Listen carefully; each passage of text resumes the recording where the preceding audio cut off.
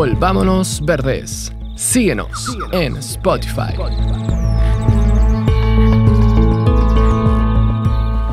No vamos a tener una sociedad si destruimos el medio ambiente. Margaret Mead.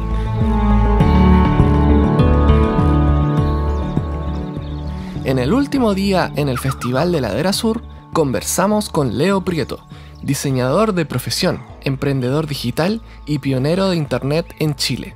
Leo es CEO y fundador de Lemu, una empresa de tecnología para la ecología que puso en órbita un satélite para analizar la biodiversidad. Somos Katy y Seba y este es nuestro lindo podcast Volvámonos Verdes.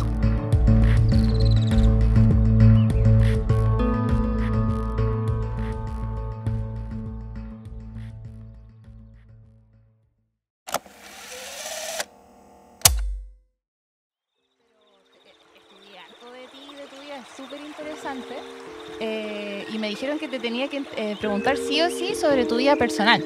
Y que no se me olvide antes que estamos al frente de la Educamper, perdón.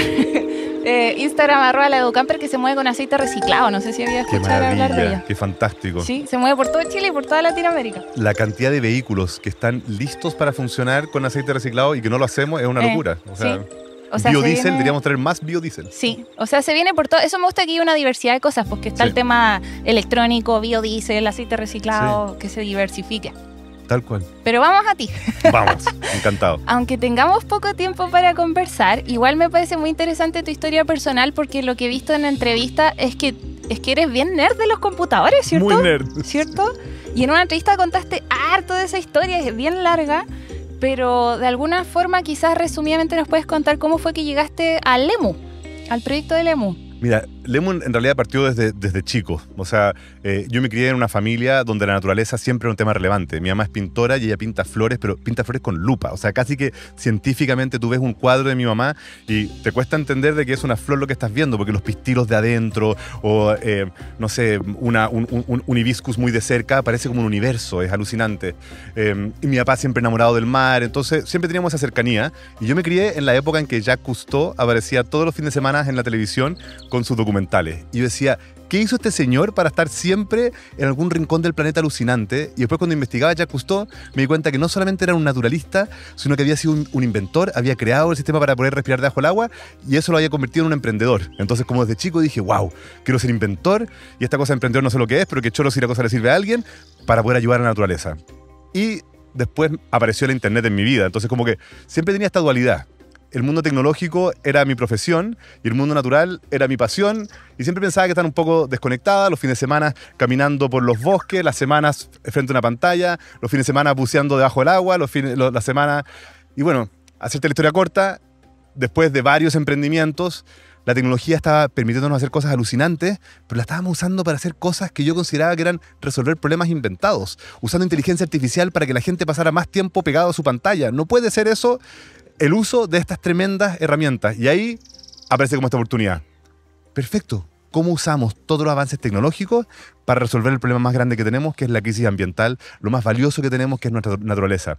Y ahí empiezan a hacer Lemu. Sin mucha forma al principio, pero investigando y conversando con gente, finalmente empezamos a entender cómo podíamos hacer que la tecnología apoyara la ecología. ¿Y qué finalmente es Lemu? ¿De qué se trata? Lemu es una empresa de tecnología para la ecología, como la resumimos. Y me gusta usar esos dos términos porque muchas veces se consideraban antagonistas. Sí, sí. Casi que la tecnología era la antítesis a la ecología. Y claramente todo depende de cómo la usamos, ¿no es cierto? Y lo que hacemos nosotros es aprovechar los mayores avances tecnológicos y científicos a nuestra disposición para potenciar las soluciones basadas en la naturaleza. Es decir, hay mucha gente que está usando la tecnología para reemplazar funciones naturales. En vez de que los bosques capturen carbono, creemos un sistema mecánico de captura directa de carbono. ¿Para qué? Si no hay nada más eficiente ni nada más efectivo que la propia naturaleza. Entonces usemos la tecnología para potenciar la naturaleza, no para reemplazarla. Entonces, con ese principio, nos empezamos a descubrir por qué las soluciones basadas en la naturaleza no estaban atrayendo más interés y más inversión. Y el problema es algo que cuesta creer, la escasez de datos de la naturaleza. Vivimos en una era en que estamos creando datos sin parar, se duplican cada 2 años, pero se duplica la cantidad de fotos, videos en TikTok, YouTube, mensajes, lo que sea, pero datos de naturaleza, cri, casi nada. Cuesta creerlo. Entonces, Era una de las cosas que tú dices, no puede ser que sea tan obvia la oportunidad. O sea, si ayudamos a enfocar y crear más datos de nuestro mundo natural, que ya es súper complejo, y es una de las razones por las cuales quizás no ha habido más foco en eso, pongámonos a enfocar ahí. Y ahí eso es lo que hace Lemu. Creamos una plataforma que se llama Atlas, una especie de Google Maps, pero del mundo natural.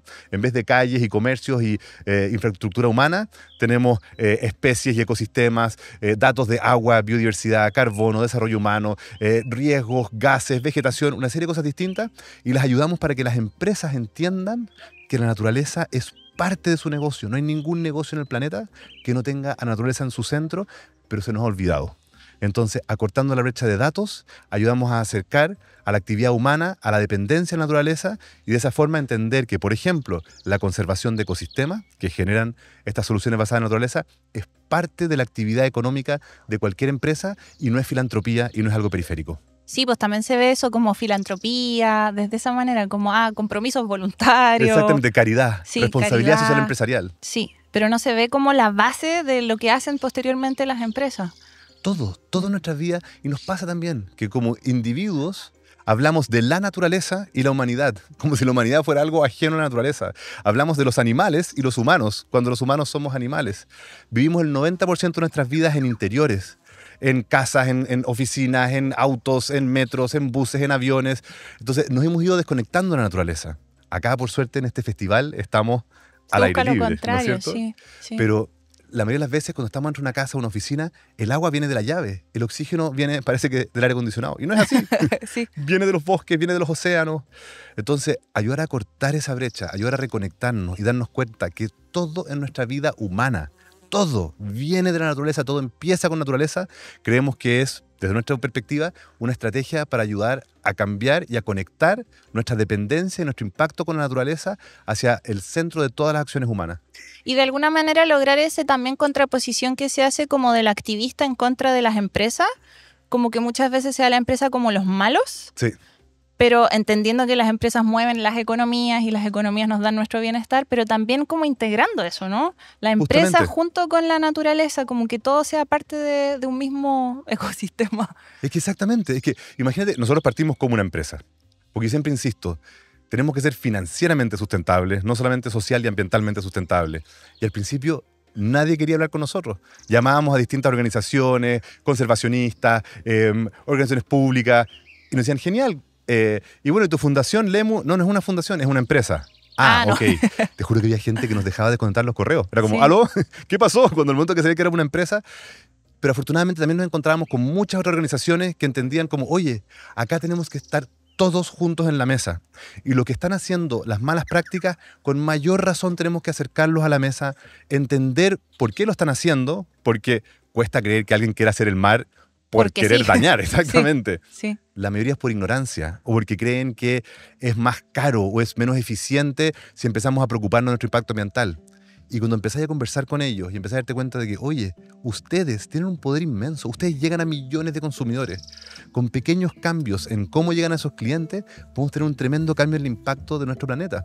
Entonces, Lemu va a cumplir 4 años ahora y afortunadamente eso ha ido cambiando. Ahora hay mucha más disposición a que todos tenemos que colaborar juntos y todos tenemos que trabajar, y las empresas que han tenido malas prácticas en el pasado tenemos que invitarlas a la mesa y tenemos que ayudar que todos juntos hagamos este cambio, porque si no, no va a resultar. Sí, si no nos vamos a caer todos juntos. Tal cual. ¿Te ha gustado el contenido que hacemos en este podcast? ¿Crees que tiene un valor para ti? Si es así, nos gustaría pedirte que consideres apoyarnos con una suscripción en Patreon por solo 1,000 pesos o $1 mensual. Cada episodio requiere tiempo de preparación e investigación, y cada minuto de contenido lo financiamos con nuestro propio bolsillo, junto con la ayuda de nuestras y nuestros Patreons y también algún colaborador que nos apoye. Con tu suscripción vas a tener acceso a nuestros videos detrás de cámara y a todos los episodios del podcast en video sin cortes ni comerciales de forma anticipada. Visita www.patreon.com/volvámonosverdes. Sin tu apoyo no podríamos hacer este podcast. También queremos agradecer a todas las y los Patreons que ya se sumaron. Y por último, agradecemos a Libro Verde por colaborar con este episodio. Libro Verde es una de las librerías más completas en temas de naturaleza y medio ambiente. No dudes en visitar sus tiendas en Orrego Luco 51, Providencia, y en el MUT a pasos del metro Tobalaba. También puedes visitar su página web libroverde.org. Vamos con el episodio. Enviaron un satélite al espacio, ¿cierto? Eso es como de no creer un poco. Aunque hayan muchísimos satélites en el espacio actualmente, pero uno escucha, ¿enviar un satélite? ¿Cómo? ¿Para qué? ¿Cómo fue eso? Eso partió incluso antes de que LEMU fuera LEMU, hace 6 años, tratando de entender cómo podíamos conectar toda esta capacidad tecnológica con el mayor problema, ¿cierto? Y potenciar las soluciones basadas en la naturaleza. Aparece el vacío de datos y nuestro planeta es finito, es limitado, pero es vasto, es extenso, son 51.000 millones de hectáreas. Entonces, evaluando cómo podíamos acortar la brecha de datos, evidentemente la forma más eficiente, a gran escala, eran los satélites. Y dije, bueno, está lleno de satélites, aprovechemos los que hay. Y me metí a las plataformas de la Agencia Espacial Europea, de la NASA, descargar datos, probar yo mismo, tratar de extraer datos. Nadie se atreve a hacer eso. No, y lo más choro es que uno tiene que ser medio bruto nomás, como decir, como ya, ¿qué tal si ir aprendiendo en el camino? Te juro que muchas veces aprendiendo con videos en YouTube. Cómo poder ensamblar una imagen hiperespectral. Y hay videos en YouTube muy complejos y sofisticados que te pueden ayudar a aprender herramientas que al final, siempre insisto yo, todo se puede aprender. Paciencia y persistencia, pero todo se puede aprender. Y ahí, investigando, era una locura. Si yo buscaba fotos de Portugal, tenía casi que fotos todos los días. Pero si yo encontraba fotos de la Patagonia, 7 fotos al año, de los mismos satélites. Y a veces de esas 7 fotos al año, eran 6 fotos con nube. Entonces teníamos una sola foto y era muy difícil poder entender cómo estaba avanzando o retrocediendo ese ecosistema. Pusimos a mirar satélites comerciales. Bueno, ya, estos científicos no nos sirven, vamos a ver los comerciales. Inaccesibles, carísimos. Pero pasa algo más dramático. Eran muy pocos. Hoy hay más de 11.000 satélites en órbita y un pequeño puñado tienen los instrumentos necesarios para poder caracterizar la naturaleza. Algo que tú decís, no puede ser, es lo más importante que tenemos. Y la mayoría de los satélites son de comunicaciones. Entonces, entre que los satélites, los pocos que habían, no tenían un foco en el hemisferio sur, donde están la mayoría de los ecosistemas críticos, y la mayoría de satélites que hay, más encima, no están enfocados para estas labores, aparece esto como, oye, parece que falta un satélite más. Sí. Y mientras más investigábamos, y parece que nadie lo está lanzando, así que parece que lo vamos a tener que lanzar nosotros. Yo vivo en Frutillar, más encima, lejos de cualquier gran ciudad, lejos de cualquier polo tecnológico, espacial o científico, pero gracias a la hiperconectividad uno puede comunicarse con cualquier parte del planeta, con cualquier persona. Al final empezamos a armar un equipo, empezamos a avanzar en este camino y finalmente el 2021 ya era un hecho, después de muchas vueltas y mucha gente, y anunciamos que íbamos a lanzar un satélite y que se estaba construyendo. Muchos riesgos, muchas cosas que podían salir mal. Nadie en el equipo había hecho esto antes. Nadie en el equipo sabía mucho sobre satélites. Pero insisto, todo se puede aprender y para todo lo demás se pide ayuda porque nadie logra nada solo. Y hoy, 6 años después, hace exactamente 3 meses, ayer se cumplieron exactamente 3 meses, llegó a órbita LEMUñé, ojo del bosque, perdón, un pequeño satélite, un nanosatélite del porte de una caja de zapatos. No es muy grande, pues, ¿cierto? Es chiquitito. ¿Y se puede ver desde de noche o no? O sea, tendría que lamentablemente justo estar los paneles reflejando, pero probablemente nunca se vea desde la Tierra. Pero hay muchas aplicaciones. Si ustedes buscan, nuestro identificador espacial es 60532. Si hay algún nerd en el público escuchando esto que quiera buscarlo, puede buscarlo como LEMUñé en estas plataformas satelitales o como 60532 y le pueden dar seguimiento y ver dónde está. Y ya está en órbita, y ya está sacando imágenes, y ya está funcionando mejor de lo esperado, porque podría haber salido todo mal más encima. Y lo increíble es que resultó, Katy. Tenemos el satélite en órbita y está funcionando. Está en etapa temprana, estamos configurando, pero todas las pruebas están saliendo muy exitosas. ¿Y cuántos años debería estar ahí volando? Nuestra vida útil estimada son 5 años. Se lanza a una baja órbita terrestre. Con cada órbita va cayendo un poco, pero incluso antes de que choque contra la atmósfera y se desintegre, la cámara, como es chiquitito, no tiene mucha protección y la radiación solar es lo más fuerte y también las tormentas solares. O sea, imagínate que a mí me llegan reportes de clima espacial todos los días. Es muy loco todo lo que estamos viviendo.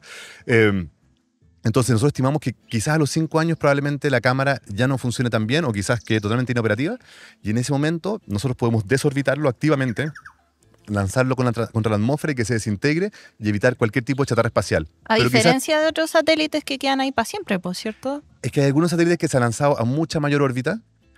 Hoy día hay acuerdos internacionales para evitar chatarra espacial y lo que también es muy lindo, hay varias empresas y organizaciones lanzando hoy día satélites para ir a capturar la chatarra espacial y eliminarla. Entonces, por suerte se puede ir también.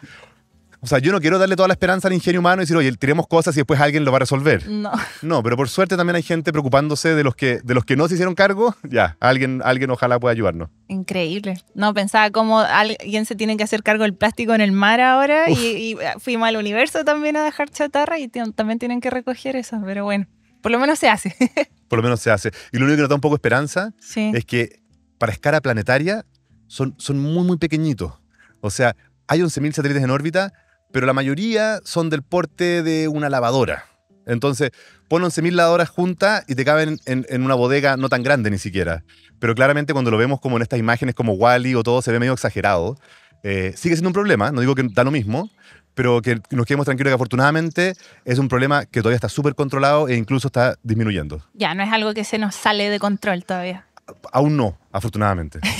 Y lo que me interesa harto es los datos que toma ese satélite. Tú dices son imágenes. ¿Qué tipo de datos son de la naturaleza? Justamente, son imágenes.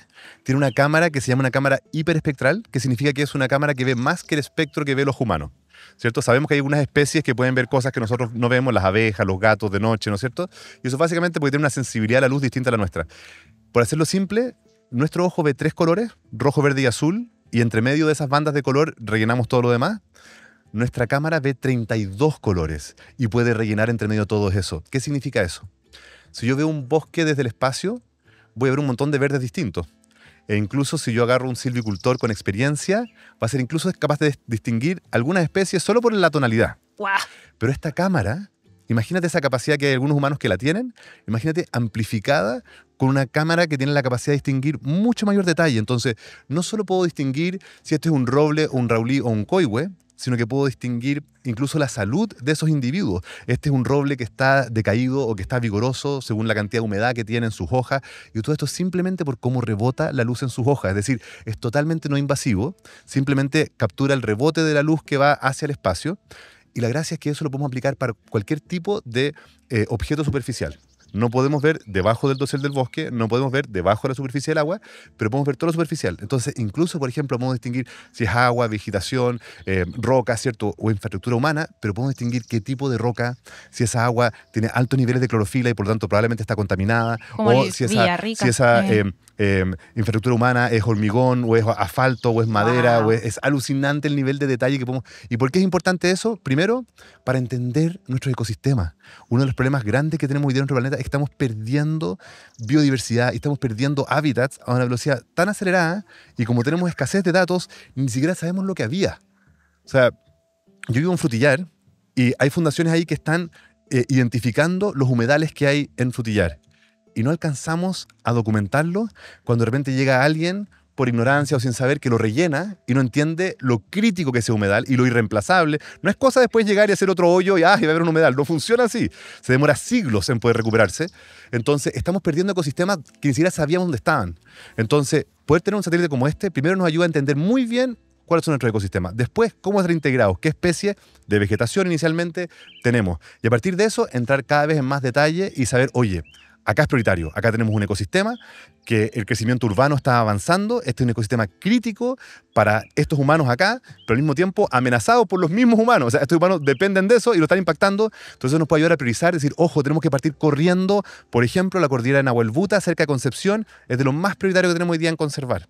Entonces, nos permite ayudar a priorizar las acciones y también a generar una línea base.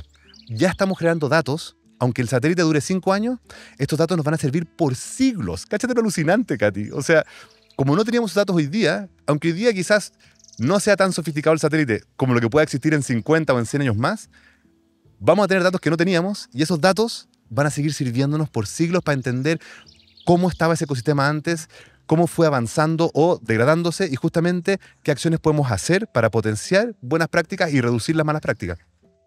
¡Wow! Me nacerían tantas preguntas más, Pero no se nos acaba el tiempo.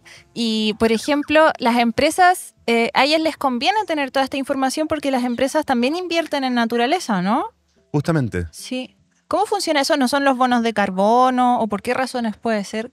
Mira, nosotros cuando partimos con Lemu, dijimos hay que partir con el carbono, las emisiones son el gran problema, la crisis climática, se está calentando el planeta y eso va a tener una causa devastadora. Hay mercados de carbono y por lo tanto ya le hemos puesto un valor financiero, entonces podemos partir por ahí. Pero nos dimos cuenta que no podía ser, el foco estaba siendo solo en el carbono. Y puede que termináramos frenando este calentamiento global, pero termináramos solamente con perros, gatos, vacas y caballos y hubiéramos perdido toda la biodiversidad. Entonces no podíamos descuidar esto otro. Así que nosotros dijimos, no, partamos con la biodiversidad, partamos con una visión más holística de la naturaleza, que es mucho más desafiante, pero nos acercábamos a las primeras empresas y nos decían, me encanta, pero no sé por dónde. Entonces, nosotros siempre asumíamos que las primeras empresas, las que más interesadas, iban a ser quizás las del hemisferio norte, las europeas, más maduras y más sofisticadas. Para mi sorpresa, estaban incluso más atrasadas que las chilenas. Nos cuesta creerlo, pero Chile tiene un nivel de madurez, de preocupación por el impacto ambiental y por la dependencia de la naturaleza mucho más alto que el resto del mundo. O sea, nosotros reclamamos contra las mineras o las forestales o las salmoneras. Dentro de todo, te juro que tienen mucho mejores prácticas. De hecho, una forestal chilena salió elegida hace un mes la forestal más sustentable del mundo. Wow. Aunque nos cueste creerlo, porque realmente estamos migrando hacia mucho mejores prácticas en comparación con el resto del planeta.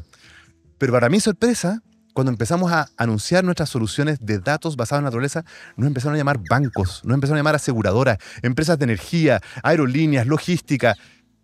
Y para mi sorpresa, le decíamos, por favor, ayúdame a entender cómo te sirven estos datos. Los bancos quieren habilitar finanzas verdes, las aseguradoras quieren entender cómo el cambio climático, justamente la mayor amenaza que tiene Chile son los incendios. Y por lo tanto, las mismas aseguradoras están preocupadas de reducir porque le impacta a su negocio, pero también tiene un impacto positivo para el planeta. Entonces, es muy alucinante lo que está pasando, de que está siendo súper transversal, al menos acá en Chile, y una diversidad de industrias están entendiendo de que esto no puede ser periférico, no puede ser, como hablábamos antes, caridad. Es parte de su negocio. Si no empiezan a preocuparse de su impacto y dependencia de la naturaleza y empezar a medirlo, su negocio no va a existir en 10 o 20 o 30 años más. Para sus nietos, ¿cierto? Sí. No, incluso partiendo para sus accionistas, aunque sea tan egoísta. Sí. Oye, ellos quieren negocio a largo plazo, perfecto.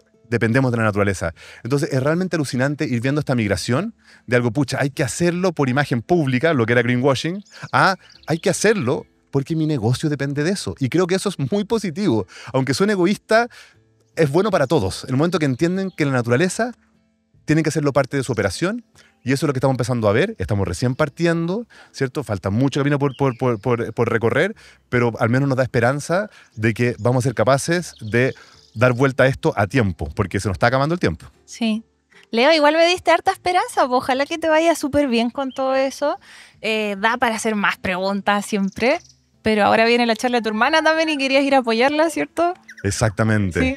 Mi hermana es la fundadora de Kombuchacha, así que si conocen la Kombuchacha, si no la conocen, pruébenla, y si la conocen, sigan probándola porque es alucinante. Ahora van a sacar una kombucha de mate más encima, entonces una kombucha con energía para gente que también quiera eso, pero para ir cerrando, tenemos que tener esperanza, si no vamos a, ¿cierto?, tirar la toalla y decir ya no hay nada que hacer. ¿Para qué? Tiremos el micrófono y vámonos para la casa. Exactamente. Sí. Y mucha gente dice, ya, pero es que tenemos estas grandes organizaciones, grandes industrias. Tenemos un problema en Chile que es súper desilusionante. La cantidad de pesqueros chinos que tenemos justo fuera de las aguas chilenas, devastando nuestros océanos. O sea, realmente la pesca que estamos teniendo justo afuera de nuestras costas por estos gigantes chinos es terrorífico. Y vemos esas noticias y nos angustian. ¿Cómo vamos a poder pelear con algo tan grande? Pero la realidad es que somos 8.000 millones de personas. Y nosotros, con cada pequeña acción que tomamos, realmente estamos, por un lado, cambiando el planeta. Entonces, decidamos hacia dónde lo queremos cambiar. Entonces, no nos quedemos de brazos cruzados esperando nomás que los grandes gobiernos y las grandes empresas hagan los cambios. Cada pequeña acción. Veamos, tenemos sed, queremos agua. Si solo hay botellas de plástico desechable de un solo uso, no las compremos. A menos que estamos en el borde de la muerte, seamos conscientes, digamos, ¿sabes qué? Prefiero llegar a mi casa, agarrar un vaso de vidrio, echarle agua de la llave, quizás no es tan rica, da lo mismo, pero todas esas pequeñas acciones suman. Y les prometo que lo que está pasando a esta altura de organizaciones a escala global, colaborando juntos, que, ojo, hace 10 años no estaba pasando. Cada uno no quería colaborar, los científicos, las empresas, las ONG, eso está cambiando. Acá en Ladera Sur lo estamos viendo. Y, perdón, que estaba como... Aquí después tenés que editar esto porque estaba como perdiendo un poco el hilo, pero a lo que quería llegar era que... Se me fue el hilo, pero te juro que tenía un cierre muy hermoso que vas a tener que editar de alguna forma mágica. Que justo verían los niños saltando en los botes y todo eso. No, hay demasiado estímulo, es muy alucinante lo que está avanzando. Ya me acuerdo. Tenemos que tener esperanza, pero tenemos que tener paciencia. Tenemos que actuar a largo plazo y no solamente a corto plazo. Tenemos que entender que el tiempo lo marca la naturaleza y no nuestros relojes.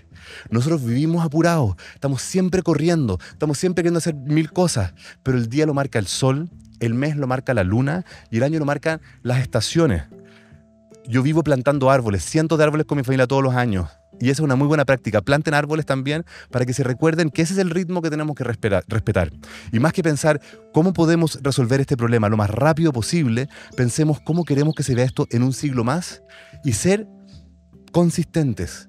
No reciclar un montón un día o comer bien un día y el resto del tiempo decir, bueno, ya hice lo suficiente. No, todos los días ser persistente con esos cambios y sumar cada vez más personas simplemente haciendo lo que creemos que es lo correcto. Mientras más de nosotros hagamos esto con constancia y con persistencia, estoy convencido que vamos a ser no solamente capaces de frenar esta crisis, incluso revertirla y ayudar a recuperar una naturaleza vigorosa. Gracias, Leo. Muchas gracias. Nos dejaste buen humor. Gracias a ustedes por su labor, por lo que hacen y por compartir toda esta historia. Bien, súper. Gracias. Aquí vamos. Agradecemos una vez más a Patagonia, una marca de ropa outdoor que se ha esforzado por ser más que tan solo una marca de ropa. Patagonia se esfuerza por fabricar ropa de calidad, duradera, con el menor impacto posible y ofrecen servicios de reparación de ropa para disminuir nuestro consumo. Gracias, Patagonia, por el apoyo. No olviden que pueden encontrar todas las fuentes de información de este episodio en volvamonosverdes.com. Muchas gracias a todos nuestros auditores y que tengan una buena semana. ¡Chao!